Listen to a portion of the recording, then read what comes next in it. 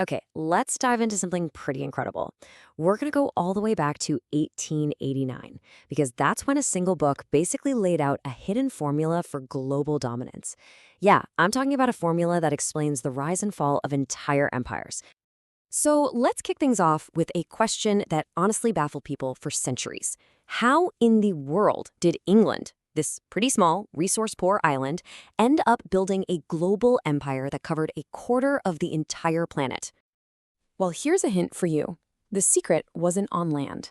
It wasn't about massive armies marching across continents. Nope. As one absolutely brilliant naval historian figured out, the real key to all that power was found by looking out to sea. And that brings us to the man of the hour, Captain Alfred Thayer Mahan. See, he came along and made this radical argument. He said, look, history isn't just about what happens on land with big armies. He believed it was a nation's mastery of the oceans that truly shaped the world. And he gave it a name, sea power.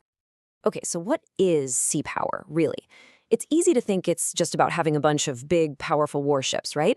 But Mahan's idea was so much bigger than that.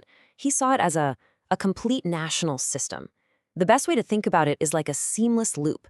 You've got commerce, military strength, and political will all feeding into each other, and all centered on the sea. And what's so cool about this is that Mahan didn't just stop at the definition. He actually broke it all down. He created a kind of formula with very specific essential ingredients that any nation would need if it wanted to, dominate the waves. So here are the 4 key ingredients. First, you've got to have thriving commerce and shipping, a huge fleet of merchant ships doing business everywhere. Second, you need overseas colonies and bases. These are your refueling stations, your resource hubs, your strategic footholds. Third, and this is the obvious one, you need a powerful navy to protect that whole network. But the 4th ingredient, Mahan said this was the most important of all, the national character and the political will to actually prioritize the sea above everything else. Without that, the whole thing falls apart. And you can see this formula play out perfectly when you look at the major powers of the time. Take Spain. They were all about chasing gold and silver, not building real, sustainable trade. Their nobility actually disdained commerce. And what happened? The wealth vanished and their sea power just decayed. France, same story. The elites thought commerce was beneath them. But England was totally different. They honored and protected wealth that came from trade. And that, right there, became the solid foundation for their entire empire. All right, so let's put this whole theory to the test. Mahan gives us the perfect case study, the epic, century-long showdown on the seas between England and France. And this is where it gets really interesting, because their strategies were polar opposites. The English Navy had one single aggressive job: find the enemy's fleet and destroy it. Period. Control the sea at all costs. The French Navy, on the other hand, their main goal was often just to support the army on land. They were basically a glorified taxi service with orders to avoid big battles and preserve their ships. 2 totally different philosophies. And you can probably guess how that turned out. The results of that defensive mindset were, well, they were devastating for France. You don't even have to take my word for it. Listen to what a French naval officer himself said about it. He called it a fettered and timid war that paralyzed our self-reliance. In other words, playing it safe crippled their will to fight and pretty much guaranteed they'd lose. But the ultimate proof, the real smoking gun for Mahan's whole theory, it came from a place nobody really expected: the American Revolution. Okay, picture this. It's 1781.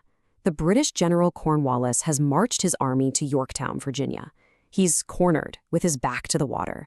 Now, his only hope for supply, for reinforcement, for escape, is the sea. But then, the French fleet shows up. And they don't just show up, they execute a perfect naval blockade of the Chesapeake Bay. They applied the principles of sea power, sealed the trap, and completely cut the British Army off from the Royal Navy. Game over. And hey, it's not just Mahan making this argument after the fact. George Washington himself saw it happen in real time. Right after that incredible victory at Yorktown, he wrote that no matter what the armies did on land, it was the Navy that had the casting vote in the whole contest, the deciding factor. That's coming straight from the guy who won the war. So once Mahan's book came out, the secret formula was out in the open, and it changed everything. It became, and I'm not exaggerating, the Bible of naval strategy for the next generation. Leaders all over the world, from Teddy Roosevelt in America to planners in Germany and Japan, they devoured this book. It literally shaped the fleets that would fight the wars of the 20th century. Which, of course, leaves us with one massive question for today. We live in an age of jets, satellites, cyber warfare, all this incredible technology.